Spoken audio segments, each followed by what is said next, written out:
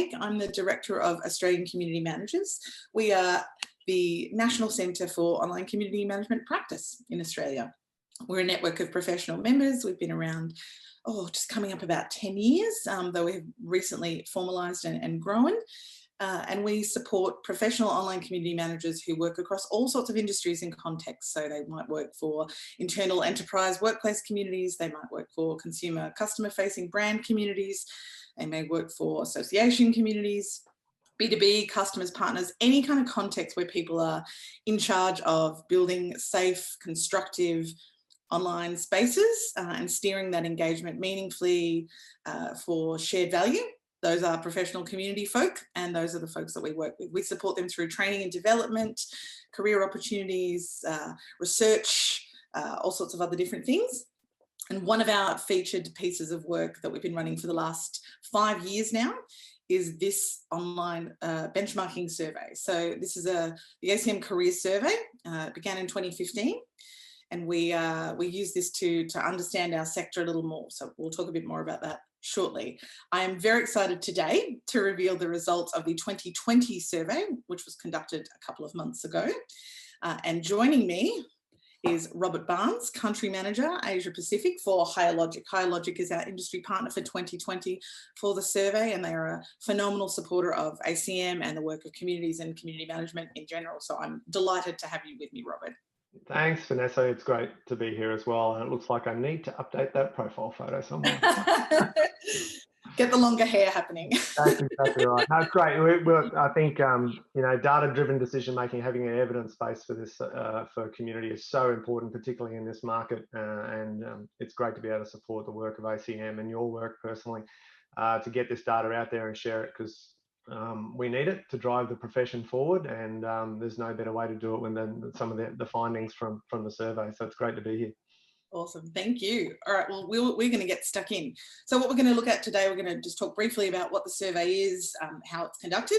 Then we're going to get right into some key findings. Now we're going to share a number of those with you today. We're not going to share all of them because we do want you to have a look at the full report, because it's long and it's deep and it's quite interesting, especially if you like nerding out on community data. Then we're going to talk about a couple of insights that we think this throws up, what this data means for us and what it might mean for all of us as we move into 2020 and look at how we can be using online communities and how we can be engaging online community professionals. And then we'll just have some questions and discussion. So if any of you have questions about the data, anything we've talked about, or just want to talk more broadly about online community management in Australia, let's have a chat. And if you have to duck out at that point, that's totally fine as well. So we'll get stuck into it. So the survey, as I mentioned, started in 2015. We began running it to map online community management practice. Online communities themselves had certainly been mainstreamed at that point. A lot of people were using them for all of those different contexts and use cases. And there are quite a few online community managers employed in Australia, but we realised that we didn't really have a snapshot of who those people are, where they come from, what sort of backgrounds they have, what they're being paid, how they're being compensated, the nature of their teams, the nature of their role and seniority, all of those data points that can help us understand how they're doing their work, how they might be more effective in their work, and also how businesses and organisations are thinking about and framing online community. We know that it can be wildly varying depending on those use cases. For some people, it's more of a customer service channel. For others, it's quite a strategic asset and a core component of their work. So we wanted to really understand the nature of this emerging, very much 21st century discipline. As I said, it's been around 20 odd years since the birth of the internet. There have been online community managers, but as a profession, really is coming into its own in the last little while. So as part of Australian Community Managers' mission to professionalise the sector, we thought it was important to map and just build understanding of that sector. It also lets us figure out how we can best help community managers, what problems they're identifying, what challenges they're identifying. It is the only research that is looking at this in our region. There's some wonderful research out from our colleagues overseas, the Community Roundtable, CMX and others who are looking at this kind of stuff for their own territories and regions, but there was nothing really to service us, so we stepped in to help fill that gap of research. All community practitioners are invited to participate in the survey. It doesn't matter what industry they work in. We really want to stand community as an operating mechanism and those that run it, regardless of context and some of the differences that those contexts are presenting as well. So, and at every level of experience as well. So you could be a junior community manager or a moderator in your very first community management role, or you could be a head of community or even a chief community officer. Anybody that is in the practice of community is invited to take this survey so we can understand the depth and breadth of that sector. We have a set of core questions we ask every year around things like demographics, community makeup, the role of community, perspectives on the practice. We keep asking those year on year so we can benchmark data. And then every year we introduce a new focus set of questions that might be about something that's topical or relevant to the year. Last year, we focused in depth on our relationships with platforms and how where they're working well, how they might be improved, and some of the challenges and opportunities there. And this year, no surprise to anybody, we chose to focus on COVID-19 and the impacts of that on our practice, which have been substantive. It is independent research run by us, but we have the great support of industry and academic partners, both. Higher Logic, as I mentioned, we also work actively with both the University of Sydney and the University of Melbourne on generating academic and scholarship out of these research points as well. This year we had 184 people take the survey. We have around about 6,000 members of Australian community managers in general, so we'd like to get that number higher, but it is on par with our previous years, so we feel like it is a safe set of data to benchmark against, when we do understand people don't have time to take long surveys. But if you're listening and you didn't take the survey this year, please take it next year. All right, so on to some data points. This is one that we found is an emerging pattern. Community management in Australia is predominantly female and female identifying. This is when we first ran the survey in 2015, this gap was still there, but it was much closer. It was only about 10 percentage points separating male versus female identifying in this space. This is started to skew year on year on year. So I've just got there for you 2018, 2019, 2020. Every year there are more and more women and female identifying folk that are coming to the practice and stepping up. We think this is really interesting. I have a number of theories about why this might be. We haven't done any active research, but I think that this will be an area of focus for us next year to try and understand what that means. We are a rare breed in that makes us a rare technology-centric discipline that is in fact dominated by women. That's a really interesting point. I think we also this year, I'm very pleased to say, saw our first transgender and non-conforming respondents. We also recognise that that's not something everybody wants to disclose, so there may be a little more representation, but we were really pleased to see folks step up and answer those questions. Should also say that all of the survey results are anonymous, so nothing is identifying, so everybody that takes it is able to contribute without disclosing anything about their employers necessarily or anything else about them. So 73% female. Robert, are you seeing this in your world? Well, having just spent some time recruiting community manager of late, even just looking at the application base, it was far higher than that. And so while there were male candidates, the majority of the male candidates actually had no community management experience at all. We were lucky enough to hire an experienced community manager, which was fantastic because that's exactly what we needed at the time. But absolutely, I think I've got 2 community managers, both female in my staff here in Australia. The majority of our community management team globally are female. And so, it's interesting. And I guess it's interesting and easy to kind of default to, well, it's the soft skills that require that community management. Well, that's more likely to be a female thing, which it's not really the way to look at it at all. But I love the point that you made just there about being able to go out to the market and say, finally, there's a technology discipline that is dominated by females, and that should be both celebrated but also promoted, and we should be leveraging that to diversify the rest. We might talk about how to get more men into the practice. Yeah, absolutely. I think we just just looking at LinkedIn this morning in the US, we've been recruiting community managers over there as well, and there was a LinkedIn post from a guy a male that's just been hired by Higher Logic over there, and he's on there celebrating that he's got this new job. It's like, oh my God, another male. So it's nice. I mean, it's nice to have that, and it's nice to see that the discipline is starting to be attractive to males who have the skill sets that are required. But of course, I'm still enjoying the fact that we're getting applications from experienced female candidates with technological experience, as you say. That's such an important part of what underpins the success of the profession. And so it's no surprise this is the way. And I guess I wonder, from your perspective, is if it continues to grow, you know, to into the 80 percentile, you know, female, what impact does that have? Yeah, no, I think it's incredibly interesting. I think there's a few dimensions here, and as I said, I think it bears further looking at next year. You know, some of the points that have been made about this before, as this data's borne out over the last few years, and I think they're valid points very much. You know, there are dimensions of community management, regardless, again, of the industry it sits in, that are a little like care work. You know, there is a duty of care, it is the stewarding of relationships, there is an emotional labour to community management, regardless of context. There are parallels that could be drawn with care work. So is this, in a sense, digital care work? And care work is in many respects a female dominated space as well. And then if so, how do we ensure that it is not succumb to some of the challenges and marginalization and problems that those spaces have, where they are institutionally devalued because they are care work and agendered in that way. So I think that's something we need to be very mindful of. As you said, it's super exciting that this is a female dominated space. I love that. I think that balance and diversity inclusion is going to be key. So to that point, this is also the first year that we began asking questions around ancestry of community managers. We are very nervous asking about things like ethnic and racial identity, ancestry, and we haven't before, but in 2020, we thought representation is incredibly important, and it's part of the global discourse right now, quite rightly.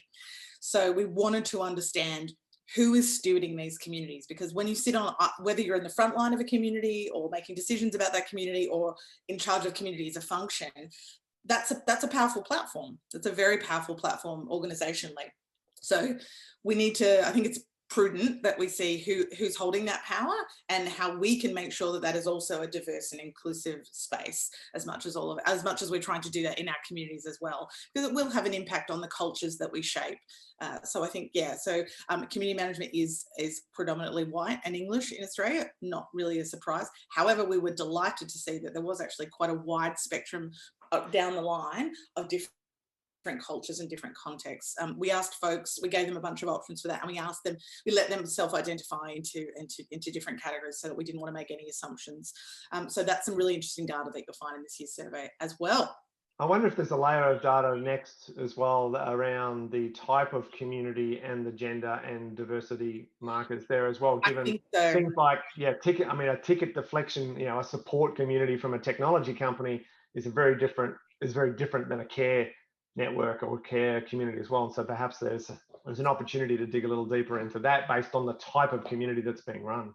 Yeah, I think so. And I think we know that a lot of the times community professionals are hired as subject matter experts for the communities that they're asked to manage and run. So for example, our colleagues in India, where there are a lot of online communities and that space is surging, it is primarily surging though in the technology, startup and developer landscape. So developer relations communities are huge in India. Consequently, online community management over there is for now predominantly male. As a mirror in some respects of the communities it's serving. So I think that there's something in that. I think it's very interesting to keep understanding. I think it pays to understand the shape of who these folks are and how that, but then to ask the important questions about how that actually influences the cultures that we're building, I think, as well. So really great point, Robert. So community management is a millennial occupation, for sure. Definitively. This is the first year, however, that we have had a surge of folks in both the 50 to 59 bracket and the 60 to 69 bracket, which is to be expected as the sector matures, which is great. That signals to us that people are sticking around in the discipline, which is great as well, that they're not, there's value in having all this dynamic energy from younger people and younger professionals, but we don't want to lose that expertise and wisdom that's gained through all those years working in this industry as people move on to other things necessarily. So it's terrific that those individuals are sticking around as community management professionals and are moving into, in some cases, more senior roles, which is great. But it is definitely dominated by practitioners under 40, but that's to be expected, I think. So nothing too earth-shattering there. Community professionals are highly educated. I think this is an interesting point. This is pretty consistent year on year. We are seeing more folks moving into masters and doctoral qualifications as well, often related to psychology and the social sciences, which broadly fits with community management, in some cases technology as well. But it is a very tertiary qualified space. It matters, I think, because there can be a pervasive view that community management is, for the interns. I think, we've moved on from that, but there is still a little bit of that sentiment and lack of understanding out there. So it's great to be able to say, actually, this is a really highly skilled, both professional and academically qualified cohort of folk who have a strong emotional intelligence. They actually have they're really good at all the skill sets that are incredibly important to the future of work.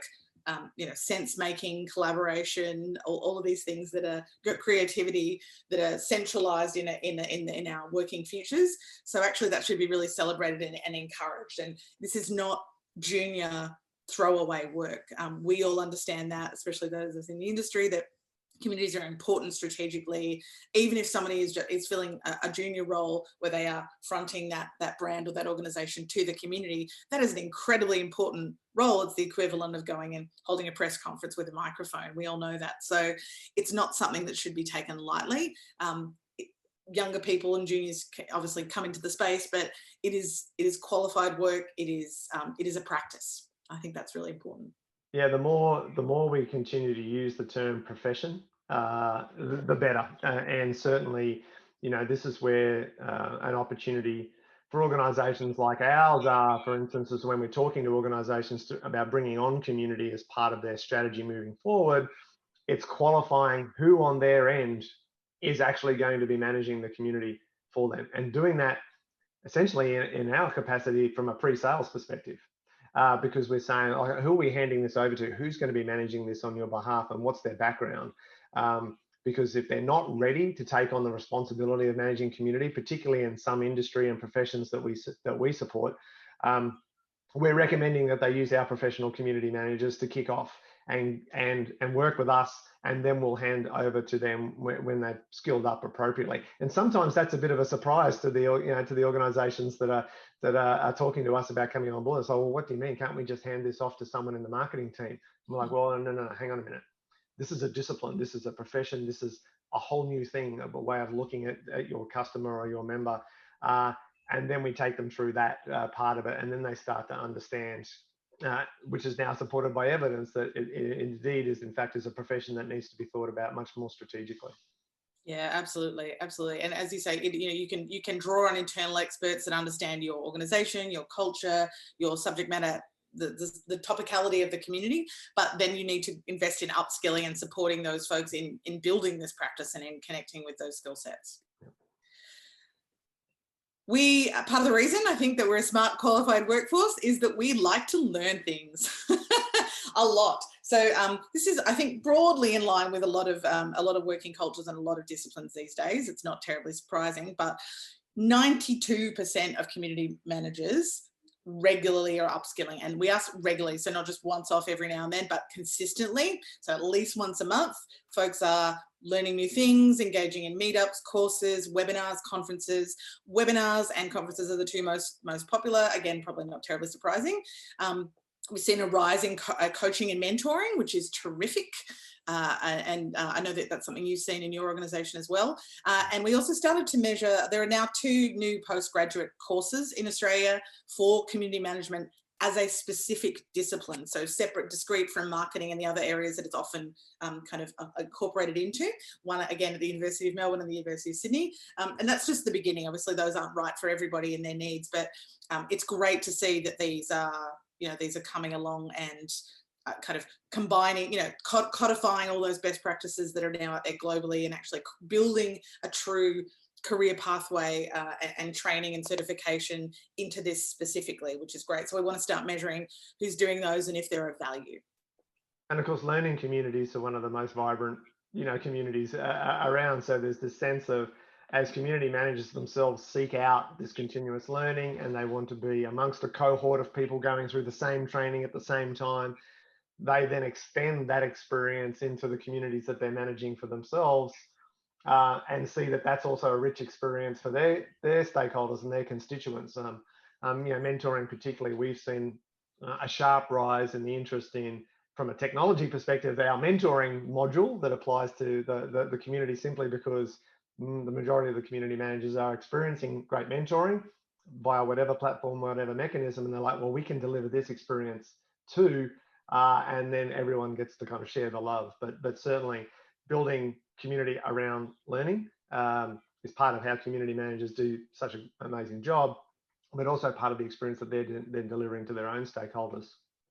Yeah, absolutely. And I think, again, not terribly surprising, but flexibility and accessibility were the driving forces in what's making people choose these various options. So, in that regard, a postgraduate course is not the most flexible or accessible to all. I think it has an important role to play, but folks, there's a massive market for, and we're seeing a real surge in fantastic online community training from different sources, and within that, different niches. Something on governance, something on content creation, something on measurement metrics, things that are popping up, led by really fantastic experts that are able to offer just to close gaps in people's skill sets or meet an immediate need or an opportunity that's popped up for that community manager or their organization.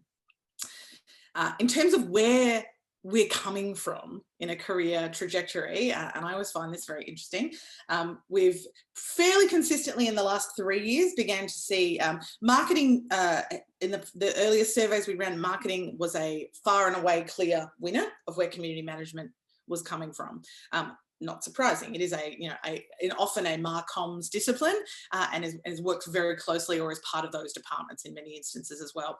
But we're seeing a bit of a shift now, just a small one, but I think it's happening pretty consistently year on year across a broader swathe of disciplines: communications, social sciences, so psychology, anthropology, fantastic, and journalism as well. Which there may be some, I would venture that might be in part because there's been a lot of changes in the world of journalism. Journalists are, a lot of journalists have unfortunately lost their jobs or had their work opportunities reduced in various ways, and are looking for new ways to apply a bunch of very transferable skill sets. In many cases, they're superb written communicators, they're great at reading a room, they're students of human behaviour, they're good strategic thinkers. All of that maps really well onto community management. So we're seeing more and more former journalists or people that have studied journalism moving into community management as well. So also, I think the role of storytelling and shaping your community narrative. So that's all very interesting, and it'll be interesting to see how this evolves over time as well, whether we see technology and analytics and a few other data-driven occupations creep in here, or if they stay very humanities-centric. I also think this is significant because, as we allude in the report, obviously in Australia this year, we did see some changes to planning around higher education, where humanities and social science degrees will typically cost more, or all those students will have to pay more of those fees than those in STEM disciplines. We understand the thinking around that. However, I think it's worth pointing out that as I said before, a lot of the stuff that is going to be the most important skill sets in the future are the things that humans can do better than machines, and they are in many respects this clump of skill sets. So, and as online communities continue to proliferate, the role of community managers and community thinkers and designers is going to become more and more important to get all that value for those different organisations and stakeholders. So, removing supports for people to skill up in these industries when this is a very much a 21st century job might not be the wisest move. So that'll be an interesting one to watch as well.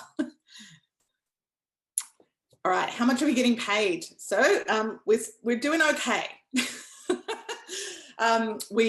This has improved year on year in the last few years, so that's great. So things are moving in the right direction, particularly in an environment which is cash strapped, and a lot of people are rolling things back because of the pandemic. Community professionals are right in that average salary bracket. They're doing average to above average. They're doing quite well, and that's moving up slightly. And we are seeing small number of growing folk in that sort of 150K and up bracket as well, as they take on more senior or strategic roles, head of community, things like that for their organisation. So that's terrific as well. We know that a lot of employers use this data to salary benchmark, so that's great, and we're really happy that the employers are and clients are investing in this space and supporting this important work. The top sectors investing in community management. Well, this lines up with those people that are building online communities the most as well. And they are health and medicine, so that is inclusive of things like mental health peer support online community, through to service delivery in these spaces as well. Government, civic communities, whether they be local councils or around different institutions, again, and the service and support of those institutions, and technology. These are the three primary folks that are building online communities in Australia, and they are consequentially the ones investing the most as well. So they are hiring, they have the biggest community budgets, and they are paying community managers the most as they're looking for those skill sets. How does that line up with the people that you see using your product, Robert? Is this a pattern you're seeing as well? Yeah, certainly. We would be talking to a lot more health, medical, paramedical, trade and professional associations. And in fact, as an industry sector, perhaps associations, it'd be interesting to see how long it takes for that sector to start becoming part of this. We've launched 21 new communities in the last 2 years for professional and trade associations in Australia. And so, almost one a month, and they're coming from professional, predominantly professional associations, the finance sector and the health sector, and for a range of reasons. The other one I'm excited about is the number of business chambers and the like that are starting to think about their local business communities in the form of community, and what they would traditionally have done, getting business owners, small local business owners together, face to face to provide support, particularly during tough times, are now turning to digital, mechanisms for doing a lot of that. And so we've seen a lot of interest from business to business trade associations as well, just because they're trying to find a way, obviously, to keep people together, but to generate the kind of interest in the pulse of an industry or the pulse of a profession, particularly around advocacy. And so I guess that's where it links in with government. Advocacy is a huge part of the work that a lot of our customers are doing. And so community is driving really strong advocacy work throughout. Fantastic. All right. Relating to that, I have put this title here because I think community as a service in general is an interesting concept, but I think it's becoming a social service, not in the traditional sense of social service, but a social service for a business or an organisation almost. Health and medicine, government, and not-for-profit are the leading sectors hosting online communities in Australia. We do not yet have the data to back this up. We have tons of observational and qualitative data, but we're going to try and firm this up in the next 12 to 18 months. We believe very strongly that Australia is leading the world in intentional communities around therapeutic purpose. So things like mental health delivery, and peer support for a community of folks in recovery, things like that. We think that's fascinating. It really is being borne out in the conversations I'm having with folks across Europe, North America, Asia, India. They're just not seeing that kind of stuff happening at the level it's happening here. And I think there's a number of factors in terms of how we view our government, our relationship with government, our relationship to the delivery of health-related services in Australia. All these things, there's a lot of cultural and socio-political reasons that's the case. But I want to see if we can validate that, because it's a great thing for all those people that are, those organisations and those community professionals leading these communities in Australia to know that they're the leaders in the world. I think the two things I pick up on here, Vanessa, one is absolutely right. Intentionality is critical. And I think that we respond, if you like, to inquiry where the organisation is saying, we are talking about online community here as kind of the headline, and the service side of things is secondary, if you like, but they're very much talking about community as the way. Whereas in other markets, I think we experience still perhaps community, and community as well, and that doesn't happen here as much. And the second part is from a question, is really more of a question to you. I'd love to learn your perspective. There's a lot of challenge around delivering online community where children are involved, and when it comes to providing support, in our case, to a lot of not-for-profit organisations where their constituents are often children, there's some challenges there in around being intentional. Then there's age, like what's an appropriate age to be providing support via a digital community, and what are the liabilities and risks associated for that. I don't know whether anything came out of the qualitative feedback in this case, or what do you know around the social services side of things as it relates to kids? Yeah, no, we haven't dug deep in this year's report, but I can tell you from research we haven't published yet, and from certainly again those conversations over many years in this sector, and you're absolutely right.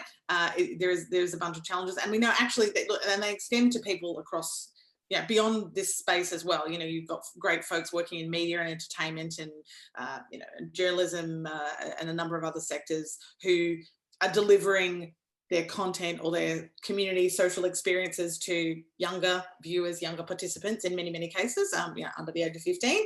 So that with that comes particularly a whole range of governance considerations. So one thing at ACM we're very focused on is supporting community managers with the tools and training they need to boost their skills around that, and at what point they need to engage other experts like lawyers and things like that.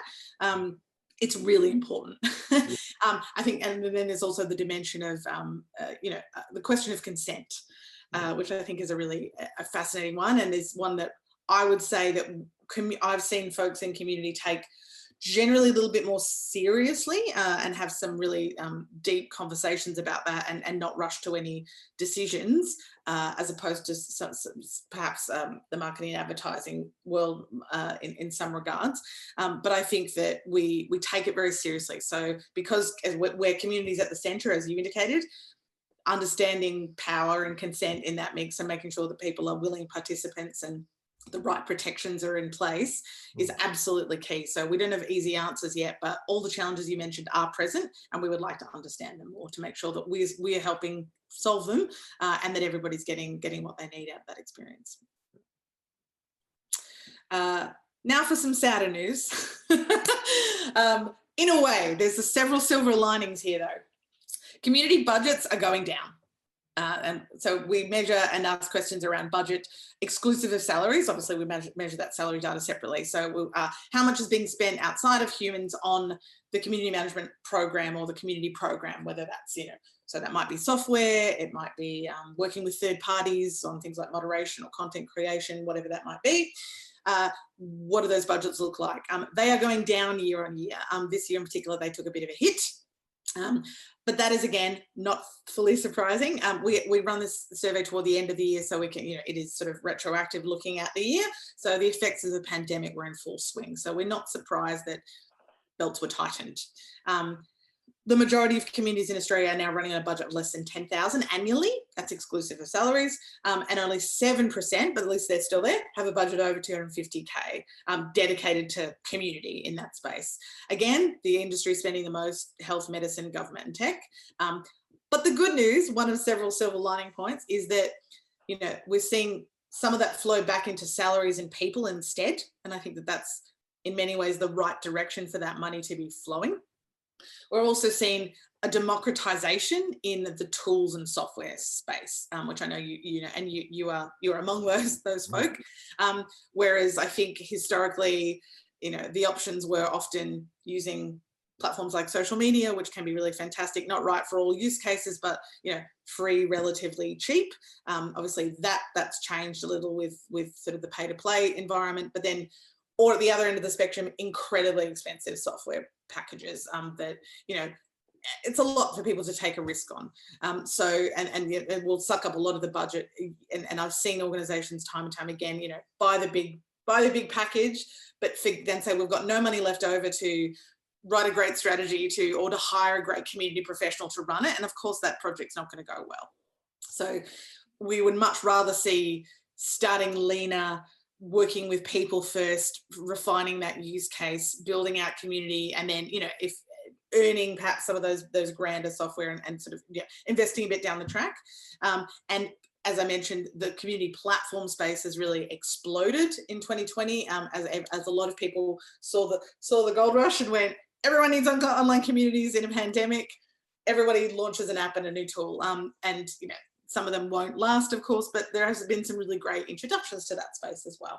And then there's folks like HighLogic and yourselves who have been around for a lot longer, but of continuing to adapt really, really smartly and really generously to make sure that your full range of products and services is available to help people when they need that help. So I think the democratization of tools, the average price point's coming down. So that's part of this. And that shift from tools to people is quite significant.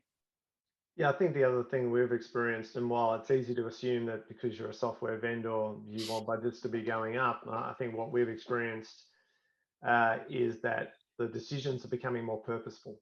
And so again, there's an intentional decision around community, and therefore the discussions around what to implement and therefore what product you're going to use. I'm an advocate of form follows function. Does the organization have a strategy around what is the function of community within the broader organizational strategy? What does it mean to them? What impact are they expecting? The form the solution will take is self-evident if you understand what the function of community is supposed to be. That also then helps us delineate community technology from discussion groups and discussion forums, because often, again, an uneducated customer potentially without a community manager on staff is going to think that just replacing a LinkedIn group with a discussion forum is going to solve the problem, and it's far deeper than that. So what's a silver lining, the tightening budgets, is that the decision's becoming more focused, and the purpose of having the community is far more aligned to the strategy, and that ultimately makes the platform more successful anyway, because they're likely to stay longer as a customer. So you're quite right, it is a silver lining to some degree. Yes, yeah. I'm not just trying to put a positive spin. Obviously, we don't see them shrink too far. No.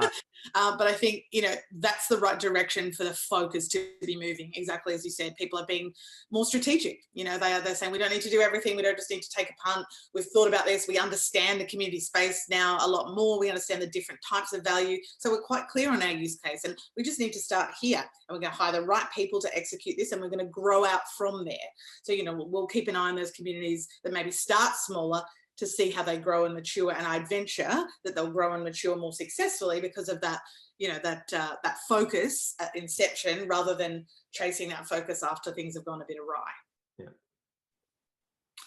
More good news, yay! In no small part due to the pandemic and COVID-19, community managers are feeling more understood.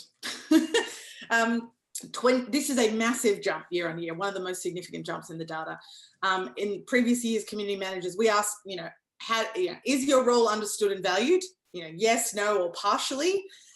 And invariably, quite a few people fall into partially, quite a few people fall into not really at all, and a very few people fall into, yes, my role is understood and valued. That has gone from 2% in 2019 to 24% in 2020. So that's a great jump. Super happy to see that. Definitely spurred by the pandemic. A lot of people suddenly went, oh, we have someone in our midst that does community and thinks about it and understands it and can help us make decisions about how we can deploy it in this situation where we might, maybe they're working on a customer community for us, but we need to suddenly take our whole workplace online. They understand the dynamics of communities, how to manage them, how to set them up well, what they need to succeed. Let's bring them in the room and pick their brain about how to take our entire workplace to the cloud in a collaborative and social way. So I think that we've seen a huge jump in that, and that's a great thing. So the key now is for community professionals and those teams that support them to harness that into the new year, so that we don't have this great spike and then it sort of falls away as things return back to, a COVID safe sort of semi more normalized way of doing. We don't want to go back to all the old ways. We want to keep this new understanding and build on it. Unscripted question. Was there a relationship between the jump in respondents and the 3 industries that were investing? Was there, out of the health and medical, government, technology, so there wasn't one? Oh, good. Okay. Yeah, which is great. So broadly, and we'll get to this shortly when we look at the pandemic impacts in more detail, but it was across the board, this elevation in people get us and they understand us more, which is terrific. Yeah. Really great to see. So we ask why organizations have a community. What is the purpose? And we explicitly and deliberately ask, what is the purpose for the business and the org? And what is the purpose for users or members, to see how well they overlap, if at all. And in some cases, they don't always need to. Obviously, when you build an online community, and community is a strategic asset, is about shared value generation for both all of those participants and members and the organization that's convening that community. The top 3 purposes for business and organizations were brand awareness, marketing, and customer service or support. The top 3 purposes for users and members were access to knowledge and skills, peer support, and product or service support. So Not terribly surprising. One thing, something that has been concerning us, I suppose, is this: there is still a bit of a pattern of, we're not great at mapping these two together just yet. It was starting, and we're seeing some of that happen in some organizations, but there are still definitely organizations where there's a little bit of a mismatch, and we're seeing communities that are the too much focus from the point of view of the organization is on something like brand awareness, let's say, which is a perfectly noble goal for a community. But it really should probably be a secondary one. If there's not a, what value is the sociality delivering, what value is the community delivering, there are better ways, more effective, quicker, cheaper ways to achieve brand awareness than an online community. So I think we think about community as a solution, as a mechanism, and how organizations are using it to solve problems or create new opportunities. And brand awareness can be obviously an offshoot of an online community. A particularly unique and novel idea for an online community may generate a real surge in brand awareness, but I think that broadly, it's not necessarily the most compelling organizational goal. So I'm concerned that it's so high up this list.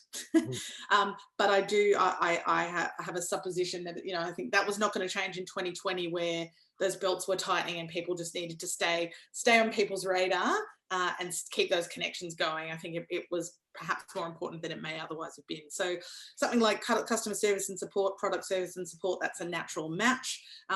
We'd love to see organizations leaning more into, the desires and the needs from members that we're seeing here. I want knowledge and skills. Great. How can you create a community experience that delivers that in a novel way? Peer support. I think there are other, and we'll get to this shortly, other organizational value generation that connects more closely to those that I would love to see Australian organizations start exploring. Yeah, the disconnect for me here is with access to knowledge and skills being the number one for users, that a learning or networking community isn't higher on the business org. Exactly. Those are things like that.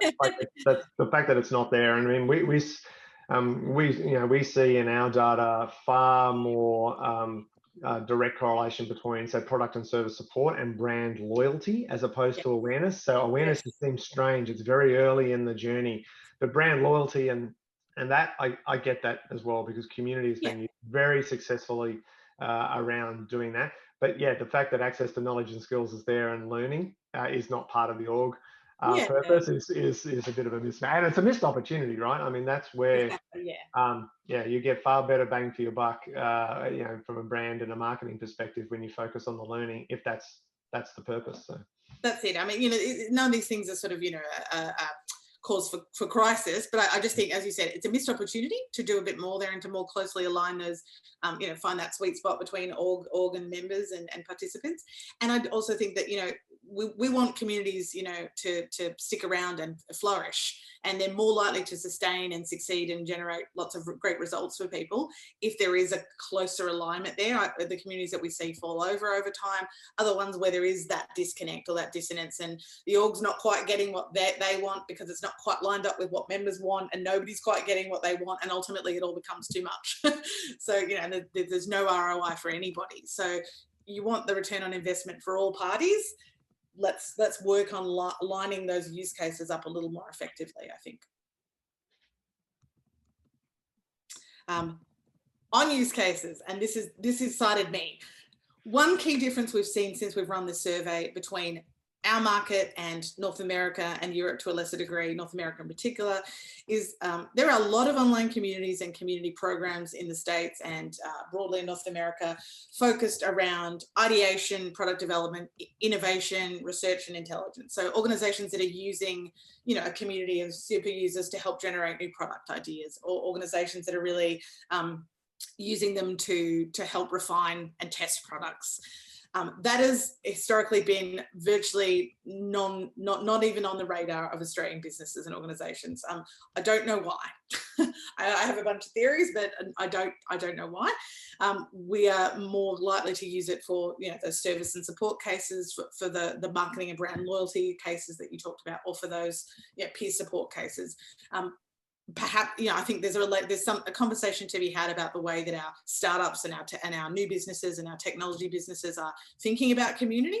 We know that many are, and we know that a lot of them have great community managers and programs that are focused on their stakeholders internally. So their community of businesses that they're supporting or incubating, for example. There's some great heads of community working at funds around Australia and incubators, co-working spaces, this sort of stuff. But we're not seeing those businesses, particularly as they move out of sort of startup into scale-up stage, leveraging community as a strategic asset. And obviously it's not right for all of them, and they might not be something they want to do, but we see such great gains and great outcomes from that in around the world. We're interested in why Australian businesses maybe aren't doing that as much, and if we can help them see some of that value and maybe execute on some of that value.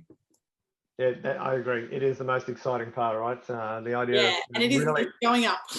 really making crowdsourcing part of the business model, not just part of product creation or whatever it might be. It's really becoming, and community has served such a great purpose for that, because you're talking to the people that already have some level of investment in you, and so much more valid ways of doing it, and it's just super cost effective. No, it's exciting to see this moving, and following this trend be important. And as I said, we're happy. It's just slight, but we're seeing a bump up. So I really hope that continues. As you said, cost effective. In many ways, this could be another outcome of the pandemic, is folks saying, okay, maybe we don't need to have 53 product managers in a room and actually spend quite a lot of our budget on, no offense, I love product managers, you know what I mean? Maybe we can actually, scale some of our internal efforts back a little bit and actually take some of those resources and work more on co-design, work more on, ideation with our super users, our fans, our ambassadors, our most active customers, or even reach out to people that aren't using our product and talk to them more deeply about why that is. So, starting to, leverage those different social groups and create community experiences that have these type of innovation-centered outcomes. I think that'd be terrific. Real time. So live streaming and I guess live broadcasting has gone up tremendously, and we're going to start measuring this a couple of years ago, but it's going crazy. So 30% of community professionals across all sectors are now using live streaming of some kind to regularly engage their participants, and 60% are using events. In 2020, the vast majority of those events were digital. So it's interesting because online communities have historically been a very asynchronous space, and one of the things that works so well about them is that asynchronous exchange and knowledge building as opposed to real time. It's something they do well, uniquely well. But we're seeing, synchronous finding its way back in and finding its place in the mix, basically. I think this is very interesting. Yeah, definitely. It's been a part, and it's actually driven a lot of the product development work that's been done, certainly at Higher Logic, but in other organizations as well. I think over the course of the year is that idea of, hybrid's here to stay when it comes to events particularly. And so how do we build value, but also building event legacy? I think part of the challenge of the live event is that you experience it when you're there, and then you go, and then you forget to do all the follow-up, or it just, you go back and life goes on. Whereas community is able to provide a legacy asset of both the network and the content and a range of other assets that are of value to you as an organization. And so how can they be managed? How can they be leveraged?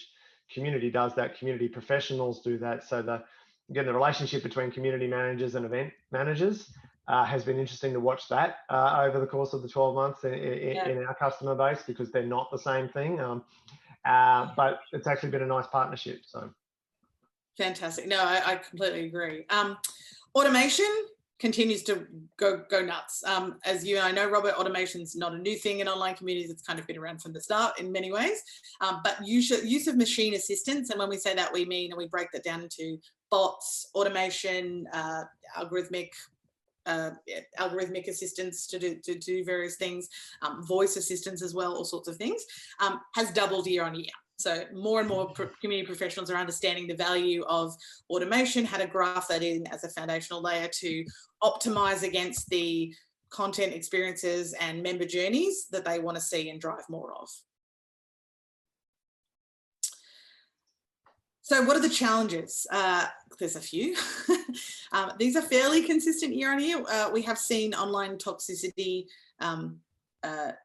When we first started the survey, online toxicity and kind of trolling, harassment, abuse, this sort of stuff was a lot more prolific. It's not gone away as a problem at all, but it's no longer the leading challenge, which is good. So the top challenge is communicating return on investment, capturing that. The second biggest challenge, second and third together, overwork and burnout. With a lot of community managers talking about this phenomenon of compassion fatigue and, the emotional labor I mentioned earlier, how they carry that burden for their organizations and how they'd like more support and understanding around that. And then tools for measurement, which I think is fascinating and obviously totally connected to the first point. How do we codify our value? If they're constrained on the platform that they are working on, they may not have the tools to measure the value they know is being generated and that they are trying to generate strategically. So how do we get more conversations happening between platform providers and community professionals to make sure that they're capturing the right things to keep that shared value driving out? Yeah, it's really, that number one piece, I think I've spent more time in the last few months now presenting to, company boards, organizational boards around ROI. They're looking for that. There's no doubt. We ended up building an ROI calculator using 15 years of data coming from the communities that exist in our platform and saying, here's the 5 years of your organization prior to launching your community. Here's your 5 years of essentially your financial performance since you launched community in. And we're not naive enough to say that all of that is totally dedicated, or derivative of the community in and of itself. But there is a direct relationship between the value that the community brought to other parts of the business that generated revenue that far exceeded the cost of having the community in the first place. So having that calculator has been super powerful for executives and for community managers trying to say, this is what we bring to the table. So, it's still a challenge. It will continue to be a challenge depending on even whether ROI is a thing for some organizations, because it's not. But you're right, the idea of supporting community managers through online bullying, harassment, and that term compassion fatigue really resonated with me when I saw it. That's something we have to be hyper conscious of, and I think as executives managing teams of community managers, this is something we need to spend more, and I'm now far more aware of it. So that's great news for all of us. Awesome. All right, let's talk about COVID. Let's talk about COVID. Yeah. So this was a really important thing to capture this year. Obviously, we've seen this anecdotally. We wanted to get some data to support it. So 33% of online community managers, a good third basically, said they saw a significant spike in usage of their community, regardless of industry. So this is the interesting point for me is, you might expect that in something like a mental health space, which is really offering people some critical support during this time of crisis, but not necessarily in an accounting community or in a tradesperson community or something else. But I was just talking with Amanda Newton from Xero and their online community yesterday, and she was saying, that community of accountants and financial professionals and small businesses have in many ways been on the front lines of the crisis as they've sorted out some of the financial implications and supporting their constituents. And they've lent very heavily into that digital community and that whole ecosystem that Xero provides to get through this crisis. So they've all used it more, and they're in finance and accountancy. So regardless of the space in the industry, everybody's using it more. It makes sense that when we're getting the value, we feel like we belong, we're reaching out for that connection. That all makes sense. Some of the challenges with that, though, 29%, community managers said that more of their members and participants and users were presenting more stressfully and anxiously. So there was a change in tone and engagement. So they were using it more, but they were quite unexpectedly more stressful, more anxious in that presentation. And unfortunately, we did also see, we asked about positive behaviours versus negative behaviours or harmful behaviours. What were they seeing in patterns? 16% said they did see a spike in what they would call harmful behaviours. So that might be harmful in relation to the self or harmful in relation to others. So people related to that stress and anxiety, testing, needing help, a lot of desperation, people just, really on edge, quite understandably. So community managers have carried that load. And part of that has meant that, 30% of community managers say that the change in behaviour in their community as a result of the pandemic has negatively impacted their well-being. And some of those well-being levels weren't super high to begin with, so that's not great. We've seen 35% report an increase in workload as that rush of new stakeholders has come and said, help, we get what you do, we want you to support us. So that's the other side of that coin. And they're doing more with less. As many are. So 24% decreased budget or resources as a result of the pandemic directly. So we're seeing this, this verbatim that we've got here is really indicative of everybody. There's decreased hours across the business, but more work for the community. So those community managers have had to shoulder that burden. Expectations of the levels of responsiveness from community managers has been huge. And I think that's created a lot of the pressure on the workload, just almost unrealistic expectations because of the anxiety that's coming to them. I need help and I need it now because I can't open my business tomorrow or whatever it might be. Exactly. Those expectations have created, and you're right, it's always been small teams doing big things. Has been the bumper sticker for me with community management, and now even more so. Budgets are decreased. CEOs are finally realizing the value. Oh my God, let's get it done now. So we need a Care for Your Community Manager Day or something like that coming up soon. We do indeed. We've got some plans. Yeah. I wanted to include a few verbatims. We have a lot of verbatims in the report. We think it's important. Data is one thing, but putting human faces to that data is another. These are obviously, the report is anonymous, so these are not real individuals, but these are real verbatims. Reflective of all the data points we've shared. I feel like community as a profession is finally coming into its own. The pandemic has made a lot more people curious about what it is and how it can help, as we said. My organisation is finally starting to understand the value of community, has been investing heavily in that area, in people, as we know. As more people work remotely, the more they will rely on virtual communities. I couldn't agree more. This comment I loved and was also very indicative of some of those challenges in the pointy end. Too many employers expect unicorns who can do everything from graphic design to community management at an expert level, but for an entry level salary. And that is, while it is not, I would say, the overarching view, it was at one point, I feel, it's still a view, and it's still some people who don't understand and don't take this seriously as a profession. So we need to do everything we can to educate them and say, yes, there are some unicorns out there, but they're going to want not an entry level salary. We're just about on time, so I just want to finish up. This is a concern, but it's an opportunity. Only 34% of community professionals have a documented strategy, which is not a lot. And it's fewer than ever, at least in the last few years. So that's trending down. We understand that we can't plan long term. It's kind of foolish in digital and just foolish with the state of the world. There's too much changing all the time. But we need that intentionality you mentioned. So without strategies, we know that it's not going to work. A lot of people will invest time, energy, and money, and the program or the idea or the project will fall over. So we think there's a real opportunity here to step up and to make a plan that is strategic, that aligns with business objectives, and to just ask that fundamental question: how can community solve a problem for our organisation? What problems are it solving? Where is it the best thing to solve the problem versus another tactic or another idea? Yeah, make it a part of your customer strategy, your member strategy. Don't make it a separate digital strategy. It's exactly. not You separate. and I were talking the other day, Robert, about this.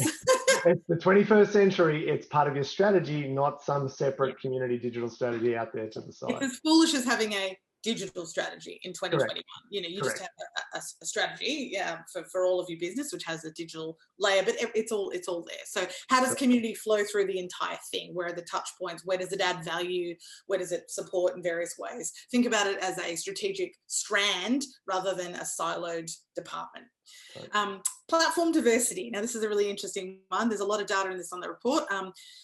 This is broadly the case overseas, but definitely more so in Australia. We know that in Australia we are huge social media users, we are huge Facebook users, and big social, particularly Facebook, is the dominant place we're building community. Obviously, that platform and those platforms can be great for building communities in functions like groups. Pages and other things are not fit for purpose, but we think this is, again, we're on the verge of this being a missed opportunity. We don't want it to be a monopoly market. We want all our community managers and our organisations here to know that the market's exploded in platforms, and there's great, you know, great products like yours out there. There's different options for everybody.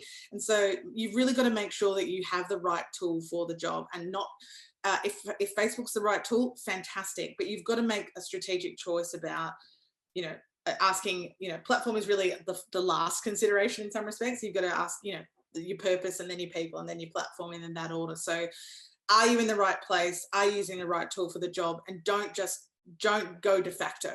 Don't be like, well, everyone else is doing it, so well, I guess we'll be there.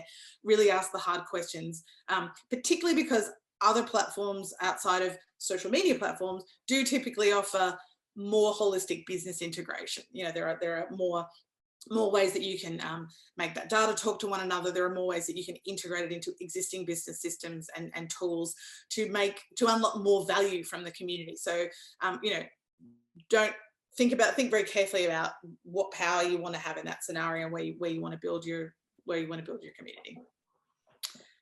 And last, but very important, safe spaces are not negotiable. Without psychological safety, we know this, that quality engagement is not going to happen. It's not going to happen. Governance always underpins successful communities, and in particular, Australia has, you know, we are quite a comparatively regulated market in things like online communities and social media. Toxicity remains a concern in the data, and 20% of community managers said they were in 2021 looking for more training, more upskilling in governance, risk management, and just understanding the regulatory landscape, as they do carry some responsibility there. And it's great to see more and more organizations supporting those community managers around that. So it's twofold here. You know, we're in a sufficiently regulated space that there's no options here. You know, the Dylan Voller case is obviously an example of, you know, as organizations using these platforms, you know, are asked to take on more and more responsibility. I don't think that's a bad thing, personally. I think that it's reasonable that if you are going and asking to extract value from people on a platform, that you have a responsibility to create a safe and healthy environment to do that. You can't just take the good stuff and not be accountable for the bad stuff. So governance is going to remain really key, and we know that all the data is showing us that it's just not an option. And if you're not investing in moderation and risk management, communities less likely to succeed. You're more likely to run into legal trouble, and that you know, your members are just not going to engage, because there's choice emerging where safe spaces are being created. So they're going to go to the spaces where they feel like they're not going to be necessarily attacked.